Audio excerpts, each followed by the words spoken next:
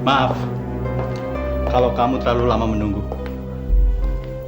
Saya udah biasa bersikap sabar. Karena kata mama saya, sabar itu buahnya manis. Saya sangat sependapat dengan mama kamu.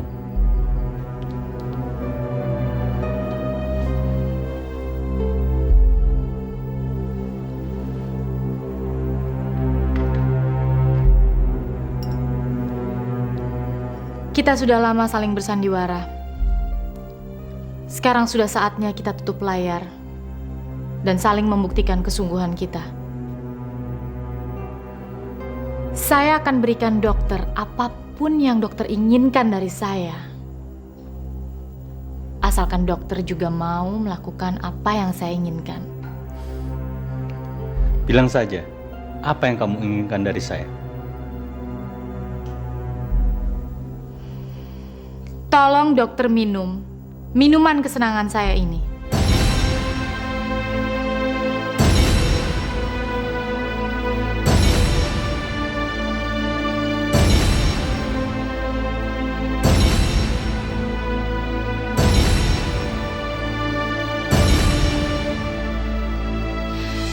Sekarang jawab dengan jujur, dokter. Sudah berapa banyak perempuan yang kamu jebak dengan perangkap begini? Apa maksud kamu? Apa kamu pakai perangkap yang sama untuk menjebak ibu yang melahirkan saya sampai dia hamil, lalu kamu campakkan? Siapa ibu kamu? Sudah sebegitu banyak perempuan yang jadi korban nafsu kebinetangan kamu sampai kamu gak tahu siapa ibu saya. Perempuan yang malang, yang melahirkan saya, yang meninggal dalam penderitaan. Kamu mau tahu siapa dia? Gea!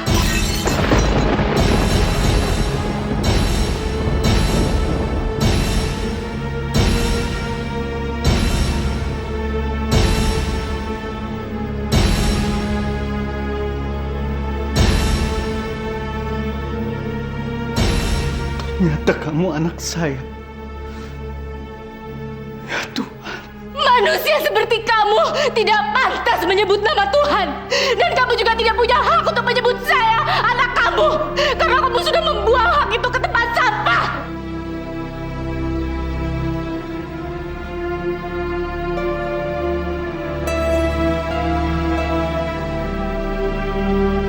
Dewi.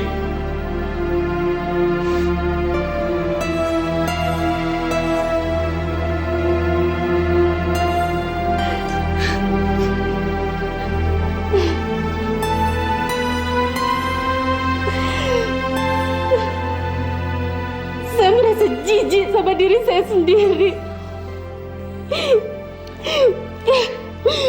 Karena dalam diri saya mengalir darah manusia yang lebih kotor daripada iblis. Udah, Deo. Deo, udah. Kamu mesti ingat, Deo.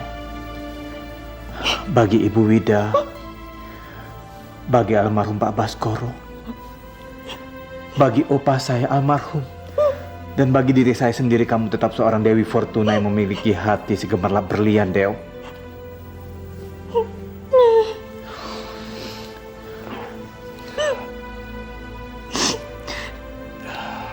Sekarang kita pulang. Mama kamu sudah menunggu, sudah menyiapkan makan buat kamu.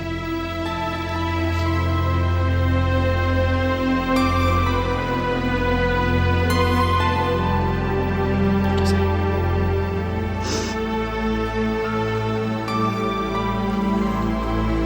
Dewi.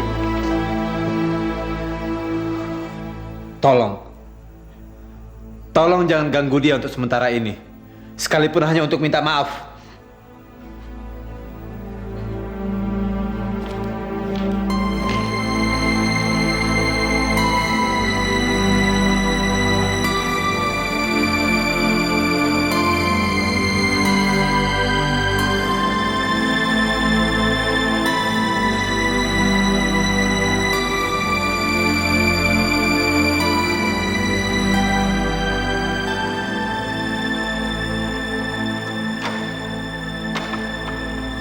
malam, Non.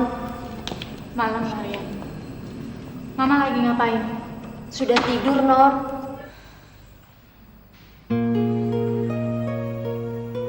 Kamu kenapa? Nggak apa-apa, Non. Nggak apa-apa.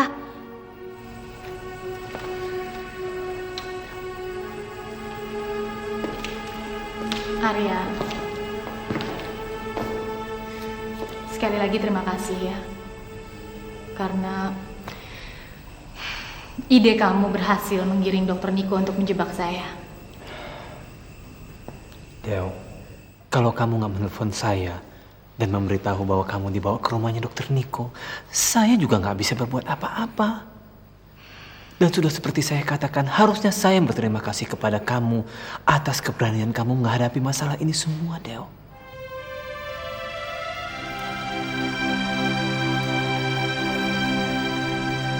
Del, sekarang sudah saatnya buat kita. Jangan teruskan sekarang.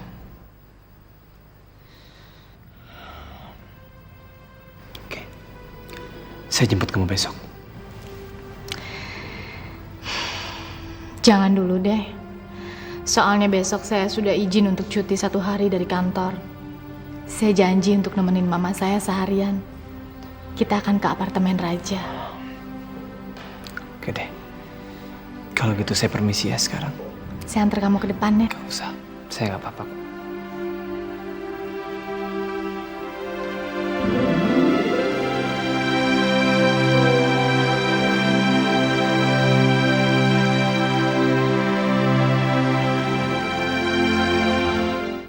Memutuskan tali silaturahmi adalah dosa besar. Apalagi tali silaturahmi antara ibu dan anaknya. Ini masalahnya beda, Pak. Sekarang ibunya Raja dikasih kesempatan untuk kesini, dia akan terus merongrong. Dan mereka akan terus minta macem-macem. Tidak mungkin. Untuk bisa hidup enak, mau nggak mau pasti mereka mengincar hartanya Raja, Pak. Itu kan cuma praduga. Sebaiknya, dengan lahirnya bayi ini, tali silaturahmi yang selama ini sudah terputus karena kesalahpahaman, bisa disambung kembali.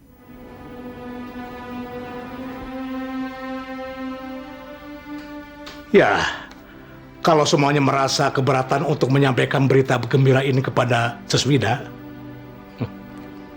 saya sendiri bersedia menyampaikannya. Kamu tidak berhak ikut campur dalam hal ini. Saya tidak berniat turut campur.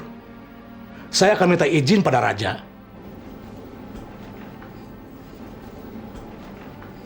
Bagaimanapun, restu ibu mertuamu akan membantu memberikan kelapangan bagi rezeki anak ini di kemudian hari. Dan akan memberikan kemudahan di dalam kehidupan anakmu ini.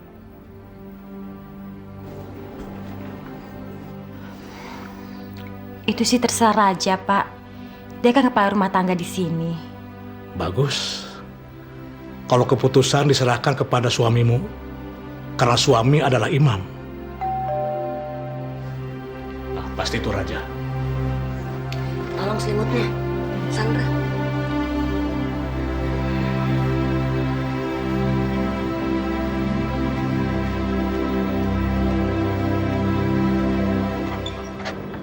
Selamat siang. Selamat siang, silakan.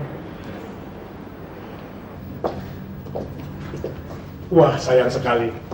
Raja sedang tidak di rumah. Kami kesini mau menengok Sandra dengan bayinya. Bagaimana keadaan mereka? Oh, mereka baik-baik saja. Baru saja 2 hari mereka kembali dari rumah sakit. Kami kok nggak ada yang mengasih tahu kalau bayinya sudah lahir. Malah kami tahu dari orang lain. Sepertinya menyalahkan kami. Bukan Ses tahu dari Dokter Karim kalau Sandra hamil. Tapi Ses kan nggak pernah datang kemari. Iya kan, Pak? Asal Ses tahu aja. Sejak 2 bulan ini, saya meninggalkan rumah, meninggalkan suami saya untuk mengurus Sandra. Di rumah maupun di kantor. Sampai dia melahirkan dengan selamat. Masalahnya, Saya yang salah, Tante. Saya terlalu sibuk sama kerjaan saya, sampai saya nggak sempat nemenin Mama ke sini. Boleh kita lihat bayinya sekarang, Tante? Silakan.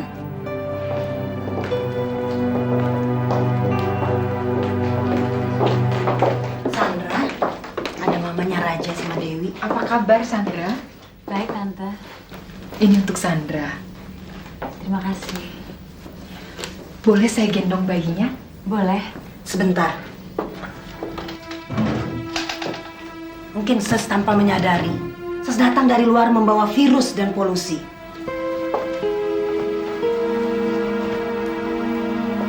Sandra.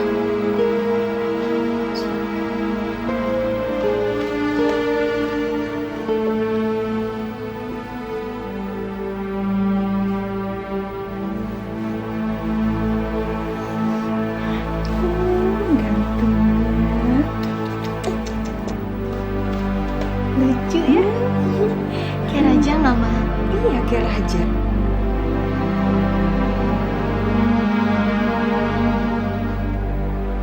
Cakepnya.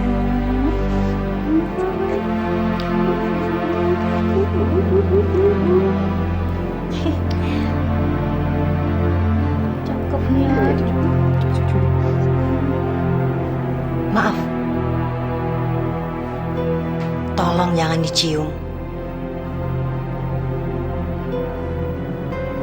Bayi ini masih steril.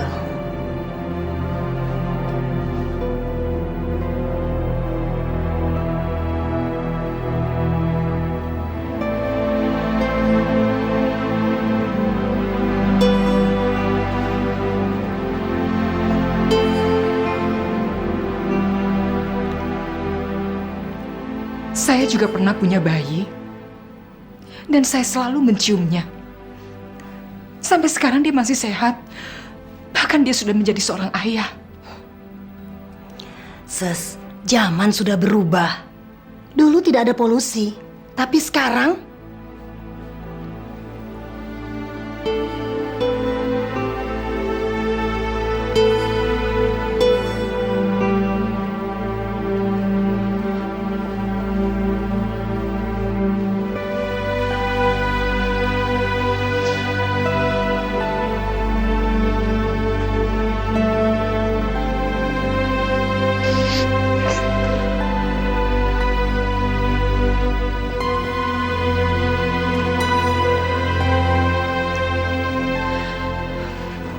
Kita pulang saja, Dewi.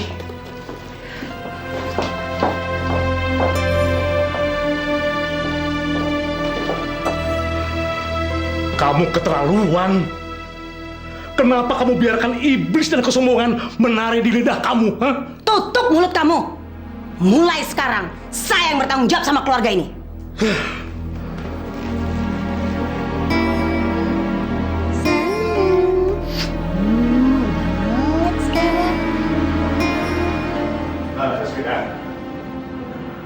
Maafkan tindakan istri saya. Dia begitu mungkin karena dia terlalu tegang menunggu Sandra melahirkan. Maaf, saya yang salah. Seharusnya saya tidak datang kemari. Permisi. Baik. Permisi, Om. Ya.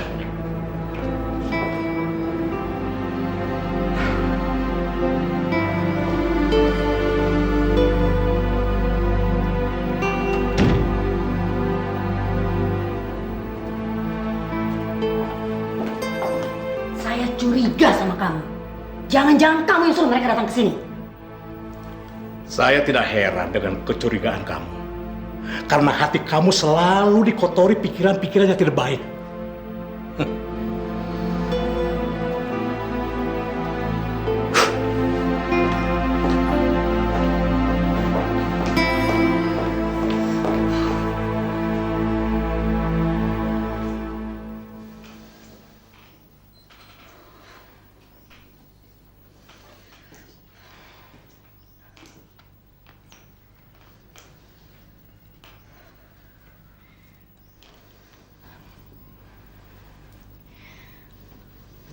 Maafkan Dewi, Ma.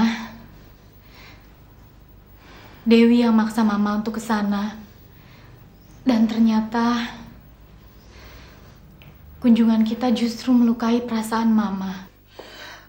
Mama ke sana bukan karena paksaan kamu, tapi karena Mama ingin membuktikan sekali lagi sama kamu bahwa Raja sudah bukan lagi bagian dari keluarga kita. Dia adalah bagian daripada keluarga istrinya dan dia sudah merasa bahagia di sana. Apa yang terjadi di sana tadi sebetulnya cukup baik buat kita, terutama buat kamu. Sekarang kita tidak perlu lagi menunggu kalau Raja mengetuk pintu rumah kita. Dan kalau bunyi telepon berdering, kita tidak perlu lagi berharap mendengar suara Raja lagi. Hukum alam akan tetap berjalan, tanpa peduli kita suka atau tidak suka. Kalau burung sudah bisa mengepakkan sayapnya sendiri, ya pasti akan pergi meninggalkan sarangnya dan membuat sarangnya sendiri.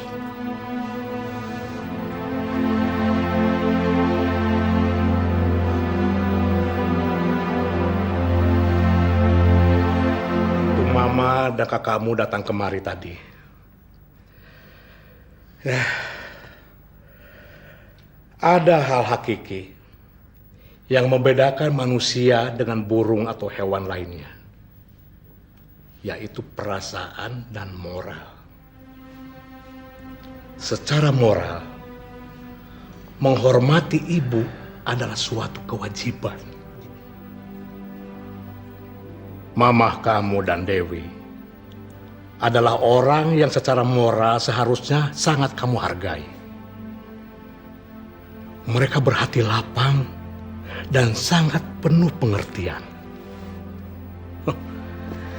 Tidak ada manusia lain yang bisa menerima dengan tabah segala perlakuan seperti yang diperbuat oleh Sandra dan istri Papa. Saya mengerti, Pak. Papa telah gagal mendidik istri Papa. Tapi Papa berharap kamu tidak boleh gagal mendidik istri kamu. Sebab apa yang terjadi terhadap orang tua kamu bukan tidak mungkin akan ditimpahkan Tuhan pada kamu.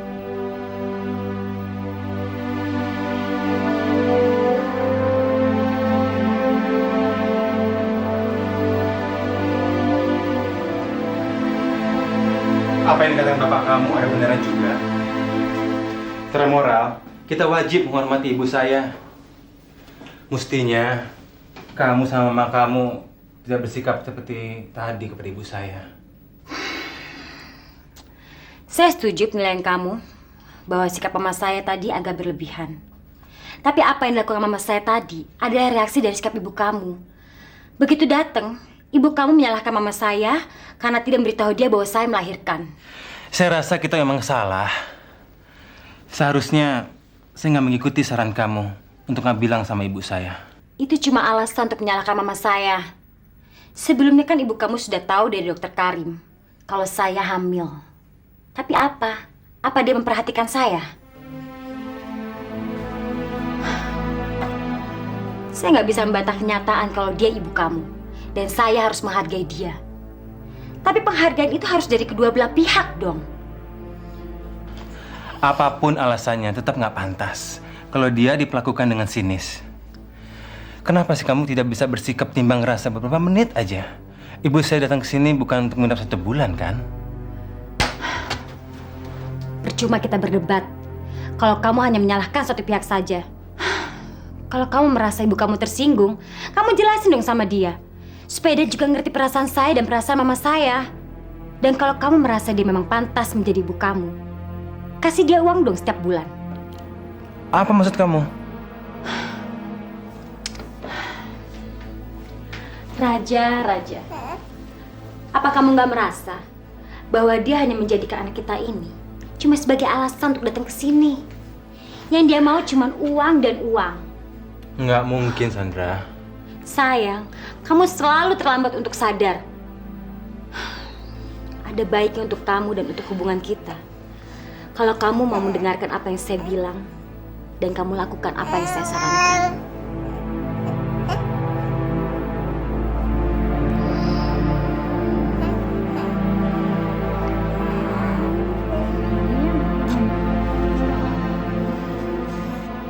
Manusia seperti kamu tidak pantas menyebut nama Tuhan. Dan kamu juga tidak punya hak untuk menyebut saya anak kamu. Karena kamu sudah membuang hak itu ke tempat sampah.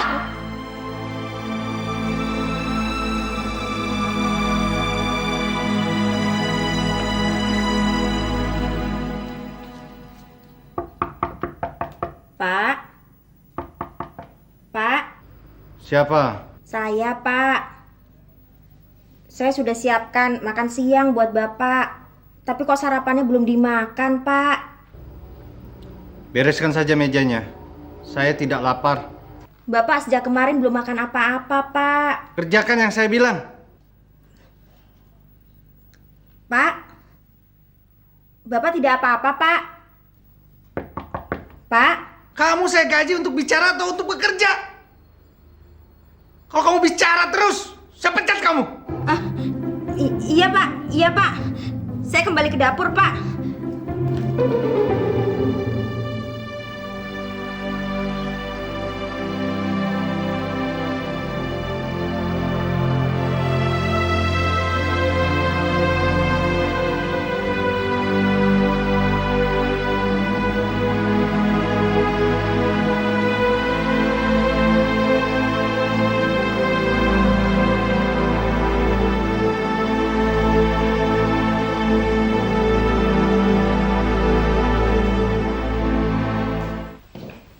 Ma?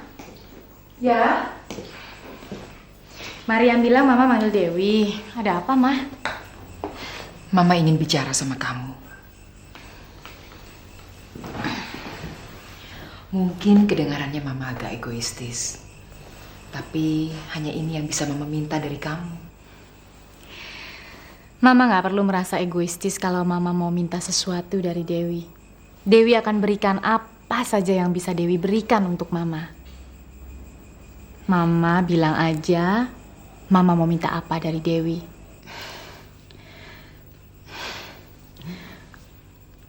Mungkin Mama agak kekanak-kanakan.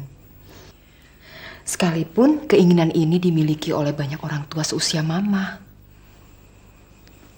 Kok Mama jadi kelihatan riku sekali untuk terus terang?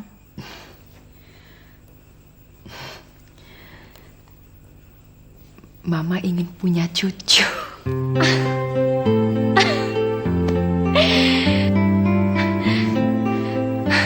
Ma, punya cucu itu kan bukan suatu perlombaan.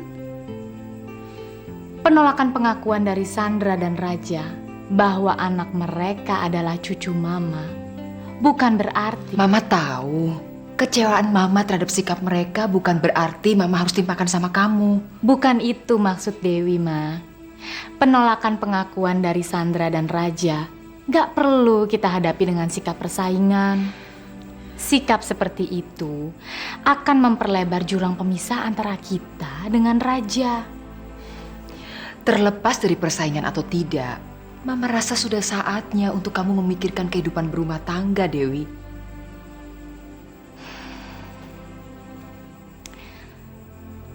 Ya, Dewi ngerti, Ma. Dewi tahu itu. Tapi Dewi belum bisa menikah. Sampai urusan perceraian Arya tuntas sama sekali. Sekarang Arya kan sedang menunggu keputusan hakim mengenai surat permohonan perceraian yang sudah ditandatangani oleh dia. Terima kasih. Kebahagiaan Mama adalah kebahagiaan Dewi, Ma.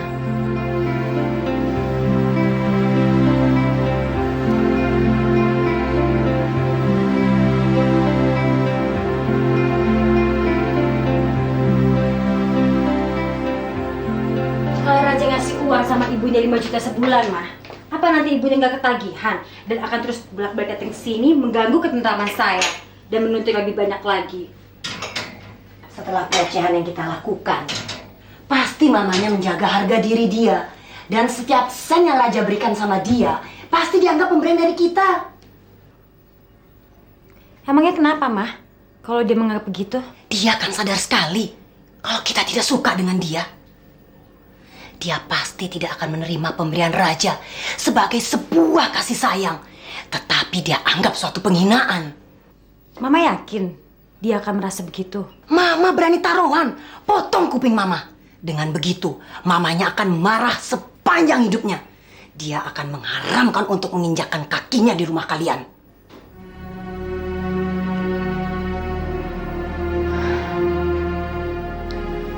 Saya ngerti, Mah, sekarang.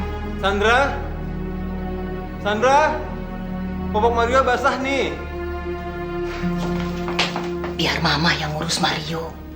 Kamu bujuk Raja biar ngasih duit sama ibunya. Tapi kamu harus berniat pura-pura baik. Jangan sampai ketahuan rencana kita, ya? Sandra, Ma, Sandra di mana? Sandra ada di dapur. Biar mama yang ngurus Mario. Kamu sarapan aja dulu. Apa? Gak apa-apa. Kasih ya.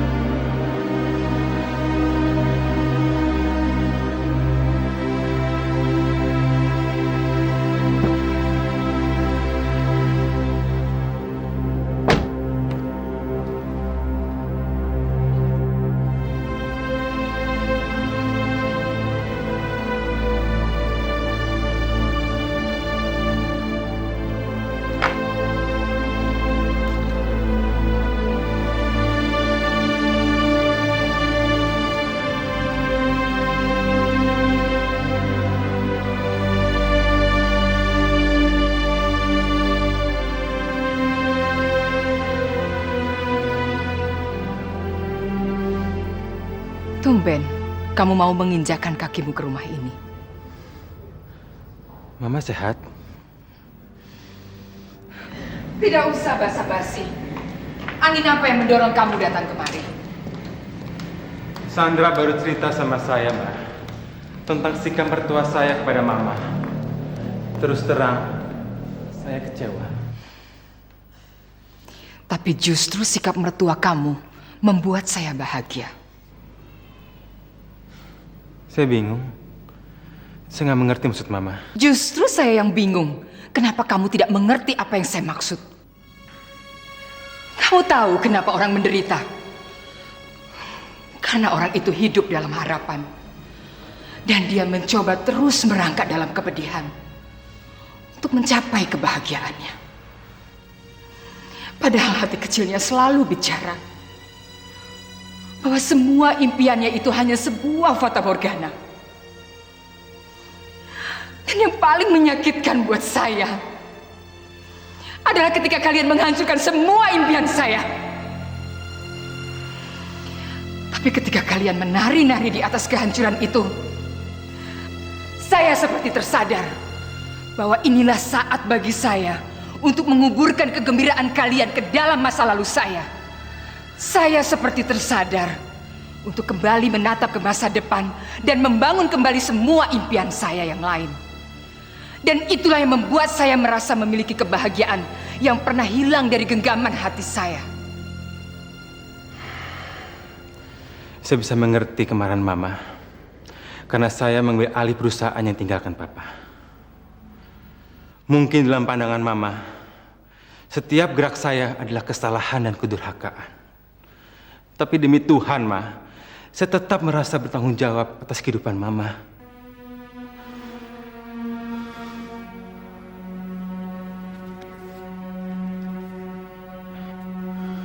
Ini cek 5 juta untuk Mama.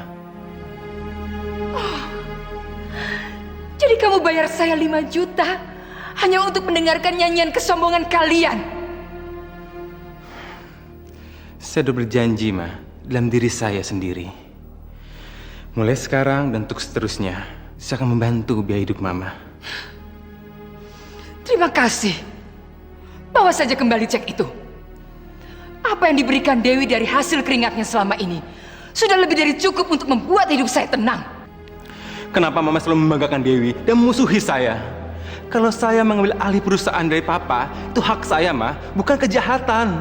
Mengambil alih perusahaan Papa kamu memang bukan satu kejahatan. Tapi bagaimana cara kamu mendapatkannya sangat bergelimang dosa. Saya anaknya, Ma. Saya darah dagingnya. Saya berhak atas warisannya. Kamu siksa batin bapak kamu. Kamu nikmati kematiannya. Itu adalah kejahatan. Membayar kasih sayang seorang ibu dengan kebencian adalah kejahatan besar. Kamu yang selama ini merasa darah daging saya justru memutuskan tali ikatan darah di dalam keluarga kita sendiri. Tapi Dewi, dia justru terus-menerus berusaha untuk menyambung tali ikatan yang kamu putus. Tapi usaha itu selalu kalian kandaskan dengan kebencian. Dia merampas Mama dari saya. Jaga mulut kamu. Kamu kira selama ini saya buta untuk melihat kenyataan bahwa Dewi selama ini selalu berusaha untuk mengembalikan kamu kepada saya. Sampai-sampai dia rela menerima penghinaan demi penghinaan yang kalian lakukan. Ma, 1 menit, Ma. 1 menit Mama singkirkan Dewi dari pembicaraan kita. Mungkin pembicaraan kita ini akan lebih tenang, Ma. Saya sudah tidak memerlukan lagi pembicaraan dengan kamu atau keluarga kamu. Dan saya sudah bersumpah pada diri saya sendiri bahwa saya tidak akan pernah menginjakkan kaki saya lagi ke rumah kamu. Karena akhirnya kalian paksa saya untuk menelan penghinaan yang sama. Saya sudah kehabisan kata-kata untuk saya ucapkan.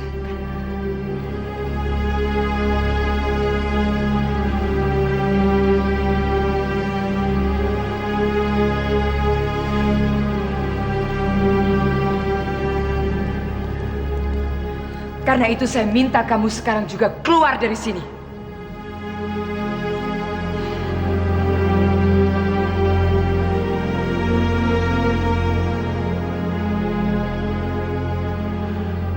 Mama mengusir saya dari rumah ini. Berarti Mama memaksa saya untuk menelan penghinaan.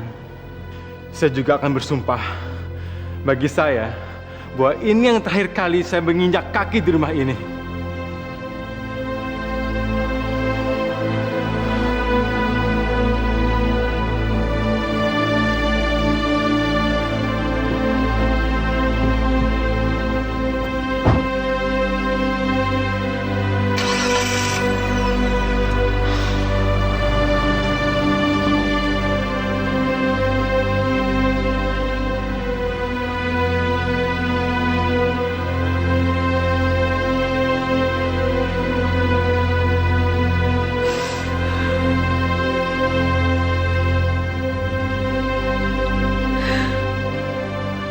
Tuhan, bukakanlah pintu hatinya. Sadarkan dia. Bagaimanapun dia adalah anak saya.